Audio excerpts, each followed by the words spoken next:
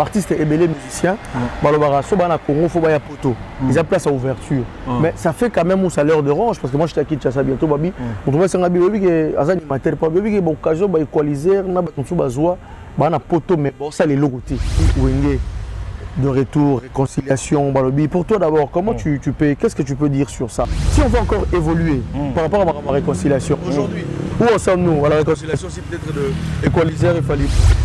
Mesdames et messieurs, bonjour, bonsoir. Ça dépend à l'heure que vous allez nous suivre. Dazoflex, le recteur, toujours devant vous pour vous informer, vous divertir. Et aujourd'hui, dans ces cadres de divertissement, je suis là pour faire encore une énième fois la recherche d'un artiste musicien au nom de Equalizer. Equalizer, c'est un artiste musicien qui a eu évolué près de l'artiste Fally Ipupa. Alors, l'artiste est resté pendant un moment et aujourd'hui, tu surprendrais Nakatia Studio, Azobonselo, on a des camarades. Azobonsa Nini, point d'interrogation. Mais on va entrer à l'intérieur pour découvrir cet artiste Nini Azobonsa. Mais entre-temps, Babi était bandit. On a invité déjà la communauté congolaise, soit toute la communauté, Balobi, Bissou Koutanara, na Foire Rwana, place Marambo Rosala, chez Dazoflex. Les amis venaient, on va découvrir. Mais tout côté, pour me bien, et je vais dans Katinarata Studio. A tout de suite.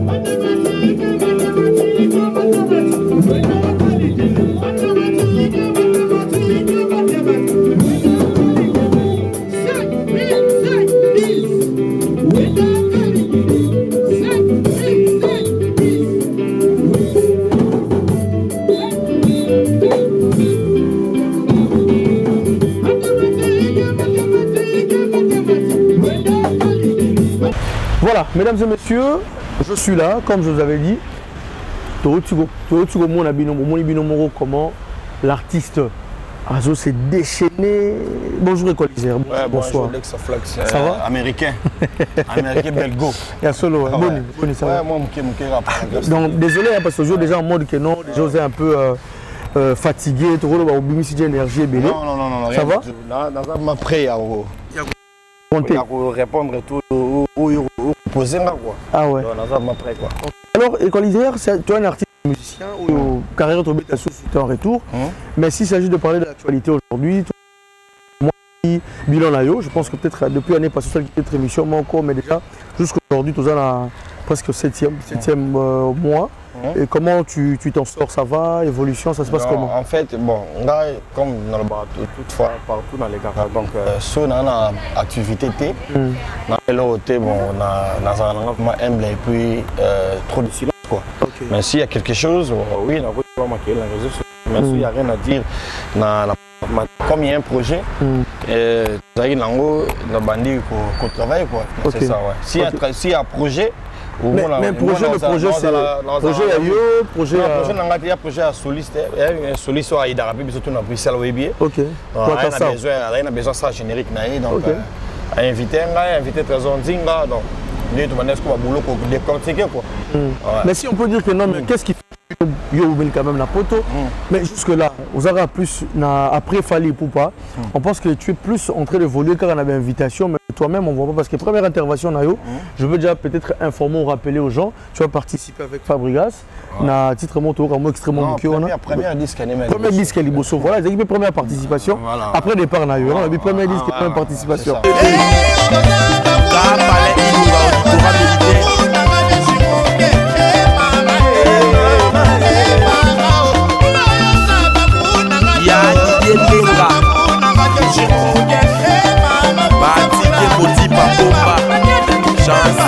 après on a les sous tout monde apparemment ça va bien intervention hein, mais de toi-même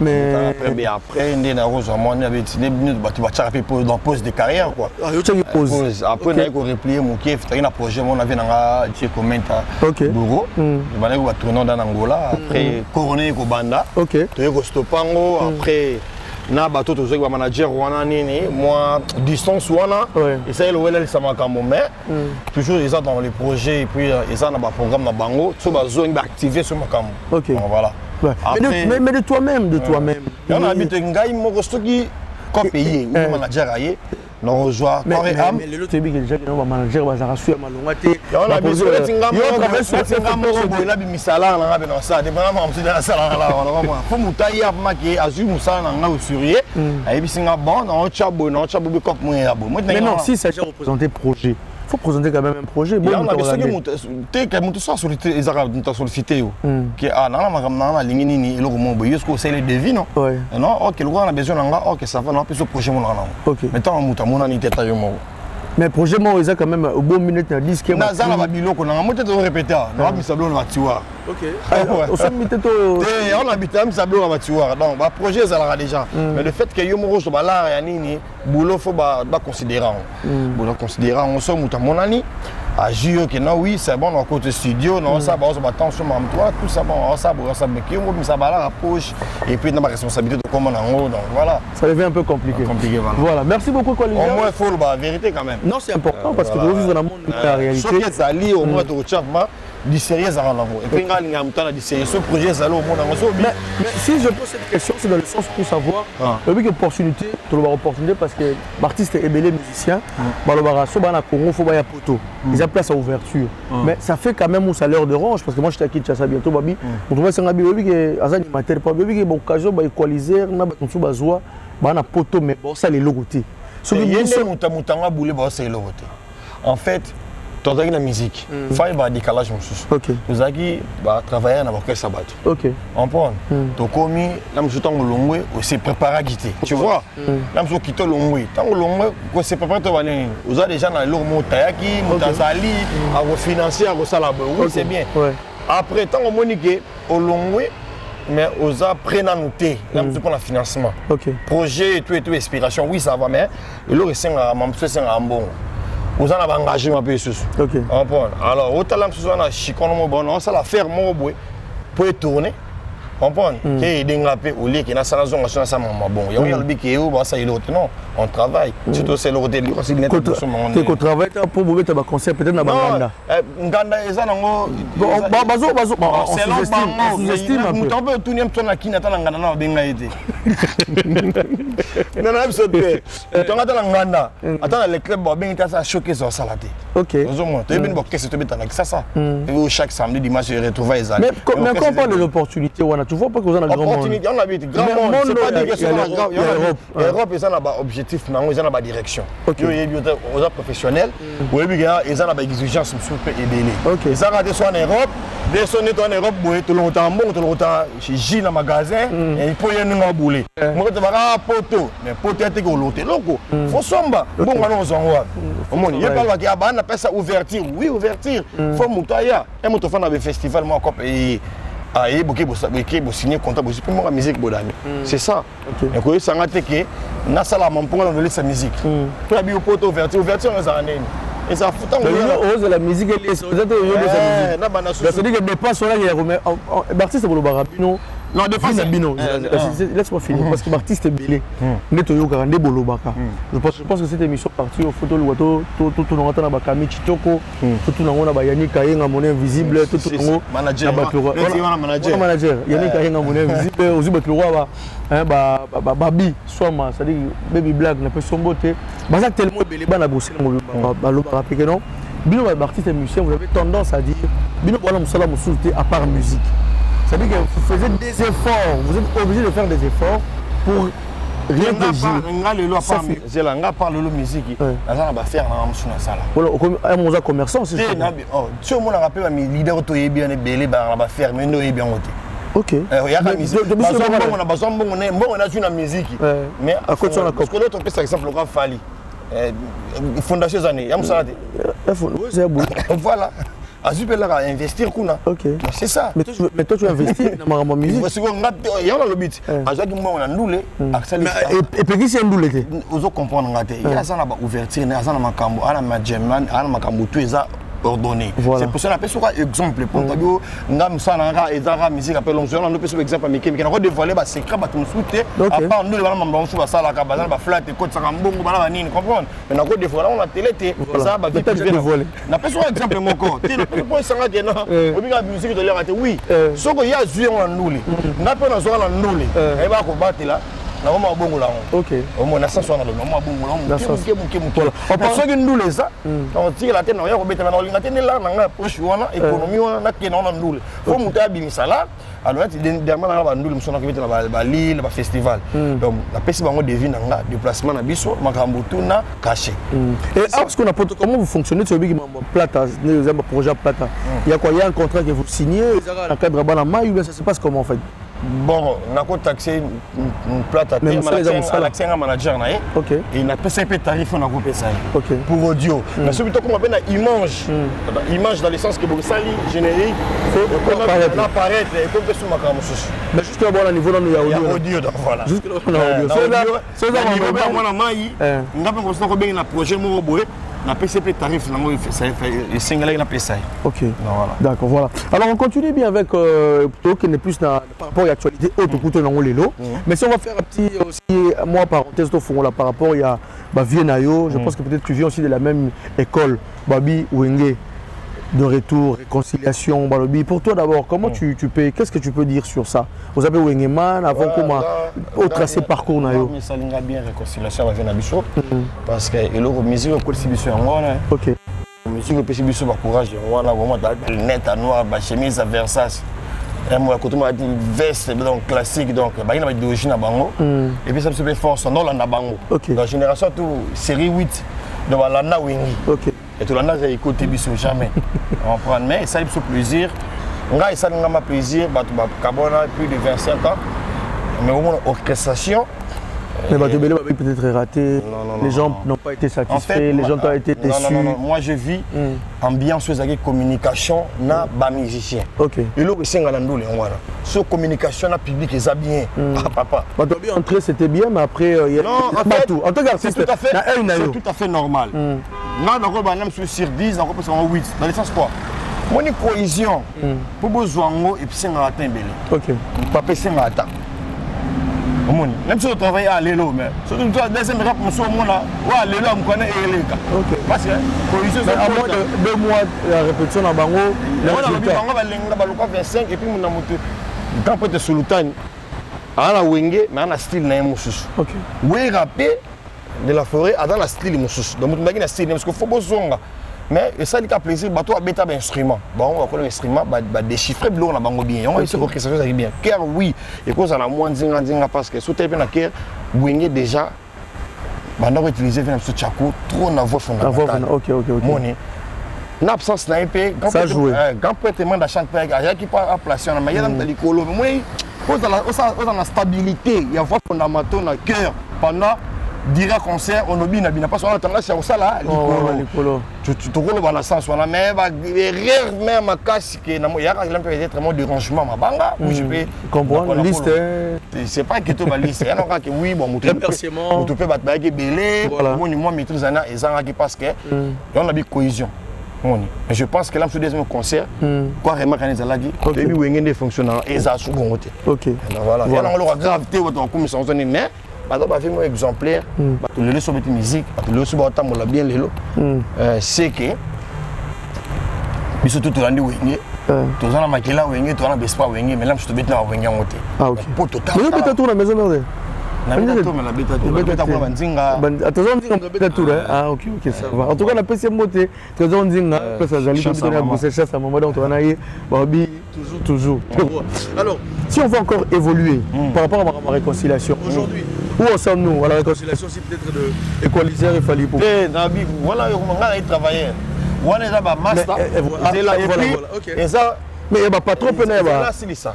Tout peut savoir la différence. Voilà qui orchestre mutunga na mongamba. Voilà. Voilà ce ça orchestre master. Eza groupe.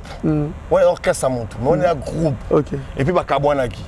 Ngana kabwana mutu ngana kita longa na ngai pas mutu. Mais est-ce que tu gardes de bonnes relations? Ngana pas mutu. C'est pas qu'on a problème mutu. Est-ce que tu gardes de bonnes relations? C'est juste une question. Dans l'essence dans la vie qui na confronter mutu te aza rankini. Tu vois surtout bébani tu veux bien libérer. C'est ça le roi là monsieur va venir sur Kofi. C'est bien pour Rambo. So vous venez tu as un problème soit lobby loka problème na boye abosa nyoso. Ce problème c'est si la raté c'est ça. C'est ce que tu veux nous faire comprendre. Ngana yebi na ngate dazor sama na c'est une question. C'est vieux. So va se réconcilier parce que bazala ki ba mi. Wala to ko avena bika kana yo. Siko kana nga oyo singa nga faut que singa pa kolo na ngai te. O singa pa. Mais yo sala papa ni. Siko ngai to se réconcilier na maramni parce nga. Non azaki chef na yo. Parce que fona sani reconnaître to zonga to so la ke on to mula na bat nyoso. Oh papa. Mais yo bi mo réconciliation. Bango eza ya parce que bango zaki groupe on est orchestre mutu ngana longwande. To réconcilier. Parce que na nga ba master kasi. Andeni na vie na petit na soki nzamba se mko nzamba sepeli te na nga ba longwa yo na ba master na o mais apparemment peut ça va pas aussi peut-être ba mususu pe ngana iba master ngoto yo tanga zone ba bete batikala kuna hapana ngina ba c'est la terre ya ba quartier la tête autour na nzinga master no nzinga ba master ba ebele ba master na ba nzinga ba mijo sente ngani susu ba shumene na mbonda. Mais mutu ko besoin pe mukanda pe banzela moko pe pire yo pe mo nga zo mutu mukanda nzela moko te nga zo ma na nga ina ndenge na nga pe batu msuba yego zo to yaka te ma passe avec te non.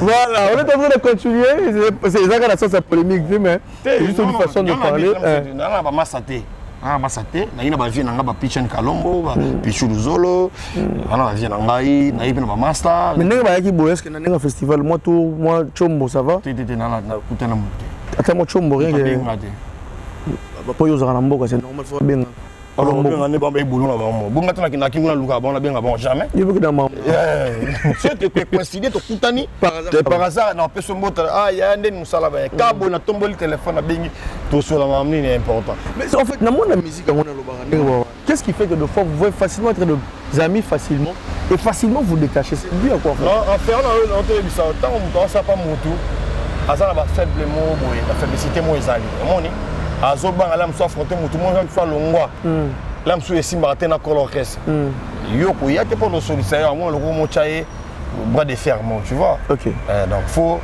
aux en mettant mon ba longwa moi le ya nini le solo faut que cela ko longwa pour comment on a dit que ya na orchestre c'est possible orchestre batu ya mutu ya ni mususu mais ya orchestre binu mo bosala ki génération wenge mutu mutakena ndenge na wana réconciliation là tout à fait normal oui ba quartier tele ça mama bongo mutu na ndenge na alonga ko pesa iko felo mili OK bon ça la ndenge so ramu ndenge na masane mo ba beba na bakabona ba ko sala OK yeso ko na maso bo bongisa non ça mama no bongisa na mutu na masane no bongisa na voilà alors la vie faut dans ce moni to mo tumi ba ku fakala msusu muta poisonner muta musira te ka muta pemeni bwana OK dans la vie beaucoup ça na ba divertissement msusu beaucoup ma msusu mon opinion mon côté tout ça mon côté ba vie privée na ça le quoi déstabiliser na vie il faut éviter C'est très important. C'est très important. Voilà. Cette émission fera énormément plaisir à Pierrot, Tour du monde. C'est-à-dire qu'on a fait son beau théâtre, sans oublier Franck Kalonji depuis le Canada, sans oublier aussi les États-Unis d'Amérique. Journaliste américain. Je m'en vais vraiment tout pisser parce qu'il m'a beaucoup aidé. Lui, on l'appelle Chéri Kabamba. Chéri Kabamba, Kabamba Logi. Kabamba Logi, en tout cas, sans oublier Serge Foila.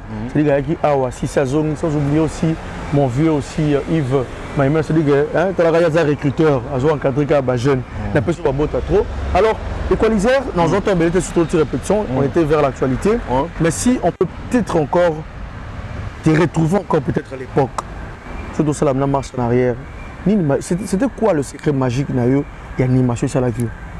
Bon, dans la discipline, moi, il y a une douleur. Dans la discipline, sur mon niveau, ils ont tiré, ils sont en forme, mais pas on a respecté la pongi, on a respecté le régime alimentaire. Ok. Tu vois. On appelle si maman Jennifer Choc. On a respecté en haut, donc voilà, et on a bossé en ligne, on a cousu, on a mimé kakame. On travaille. Donc voilà, on a tchaka bécoute, parce qu'un ami qui lit, mine tout travail avec l'interprétation. Et puis musicien, pour interpréter le local, il faut un bon musicien. Ok. Tout le monde va mettre tout le monde va mettre en ganda ça boy. Tant que barrière parce que tu as bloqué un disque. Bon c'est moi qui joue au sabi sur l'aventure. Moni. Le disque est bété. Donc on attend l'album nuance. On a mis longtemps ça l'interprétation avec grand chanteur. Pour la banze pour le rap non la biso sur demande. Yo net yo on konza ba cérémonie OK na ba fête ba pesa ko ba liste après banzembo la msu mutu ala kolonga na bibo ngai batning ba ka balinga na msu bloka wenge balinga msu bloka coffee bozwa temps au salango mais nga sona ba kira wenge comme si na beta wenge te maintenant je vois que temps na kota en esprit ya ni ninge wenge beta OK on a sur 100% na resongote au moins ata ba 75 qui me donne vraiment couleur moi c'est dire ça va l'animaux non voilà ce sont des bons chanteurs ce sont des bons musiciens parce que quand interpréter le comme moto bêta c'est pas facile parce que voilà studio voilà ligne studio tu bonne beau travail avec on a bino mais soit bien nous selon soirée ça bon bêta kaka bilo kaba voilà d'accord merci beaucoup alors si tu peux peut-être dédier cette émission de Lyon à banane la vient dans Kokongando na Lille OK il y a Kokongando très important puis VV mon rappelé et puis na pesi Gino était à Las Vegas au monde qui dans Genda il faut c'est na raté na mi na pesi vient dans DJ Bang Los Angeles en mode trop et puis na UK na moni alengo mo garçon complet Elvador dans ma télé les gars on vient dans Hello de Homo identité la pesi Pembote voilà on est là toujours. Et dernier programme, est-ce qu'il y a cérémonie à Liège? Non, cérémonie à Liège le 9. Ok. Hier. C'est demain, c'est demain. Voilà. Et demain plutôt. Dans Zawana, bon, ils ont Mondogo, na Vinanga, Nani, Soleil Wanga. Soleil, Guy Van Bran. On va accompagner. Ah, ok. En tout cas, félicitations encore une fois de plus à toi. Mais est-ce qu'on ne peut pas attendre un projet à Yomoro vraiment? Non, mais qui projet y est? Tout ça, là, WhatsApp, tout ça, là, Messenger. Tout ça, là, Messenger. La bêtise, c'est dans zone. Nous avons l'ingé, on se la va quand on fait un palais, une minute. Non, on a créé des fonds de bima. So yo zo linga mutu wa dash ba sala ba mutu nga na chelo ko binga ya ndeni. Bon, OK, mutu mo na ma coûté mon année projet. Ya o pesa biso fait des routes. Na eliot. Voilà, mais là le tono pantanté que OK, ça le monte sur ma tête bon. Tête na ba makasi. Tête fona so tête tout le monde rassemblé tout le monde déchiffré biloko neza là. Mais quand on a fini ben bani mbama te, voilà d'assemblée. OK, ça va. Merci infiniment à Équaliseur qu'on a eu à passer un petit interview avec le Bruno qui est en pleine Bruxelles. Et là je tiens à t'informer que Babi le 16 août, on le 16 août on a invité Yopé parce qu'il y a l'ouverture. Il y a Kermesse Nabiso, il y a Bruxelles, foire à Bruxelles et Banamaye c'est un Nabiso Zali Flex et Zali. Donc aux appréciés. Vous avez invité. Maman Beto Linga yango na moni on ça marambo. Pourquoi pas photo to comment on a to chabilongi, to chilon makelele parce que c'est ça. Donc les projets ali. Les 16 toza on a donc on se fait na Kermesse on bonne na cha micro na kita c'est caché le combien on voilà, c'est un plaisir. Alors je pense que cette émission fera énormément plaisir dans la banane à Paris, la possible nombre de trop pour capable penser la banane à Londres, banane à Norvège, banane à Danemark, vous êtes tellement ébellés. et surtout qu'on a vu que Bakirine Ngaloula Bazali. C'est président Eric Martial. Président Eric Martial a payé Yangwana, elle Benzema Moto Mobali. Donc il y a Bazanabiso et le garçon capable. Donc il y a une appel sur un mot trop, sans oublier l'artiste comédien, l'artiste musicien. Oui, bah qui place César à Moko à partir le 16 tours à la Zalawana. Alors il quoi foire chez Dacflex. Donc Mamboya Kuna donc tabac bien. Donc Skype Ali, ce bouling left blanc, brain yo partout. Donc nous sommes allumés à Pembe Ali. Sauf quand le tout connaît. Les athées, voilà. On les a mis place moi à classe quoi. Alors, bataille moi mon classe donc endroit dans la classe. Ah ouais. En tout cas, merci beaucoup Coliser. Je pense que c'était fini pour aujourd'hui. Merci beaucoup Boya. Et ça faut respecter nous peut s'habiller sur le coup. Et puis biso bino beauté ga. Bino wala miroir. Donc ceux qui elo réali photo par avec les jeunes, en tout cas, mesdames et messieurs, c'était pour moi un grand plaisir. Je pense que moi, je ne viens pas à chaque fois, mais je viens quand il s'agit. Et bon, mais ça n'a toujours un rythme parce que Bissot, tu as la information.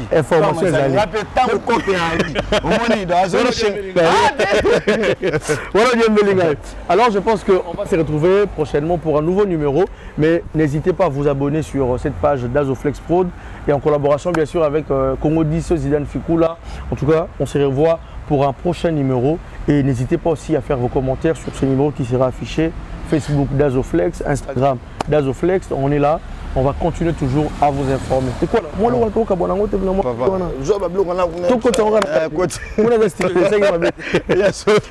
Alors, Arnaud, merci pour la réalisation. On est ensemble.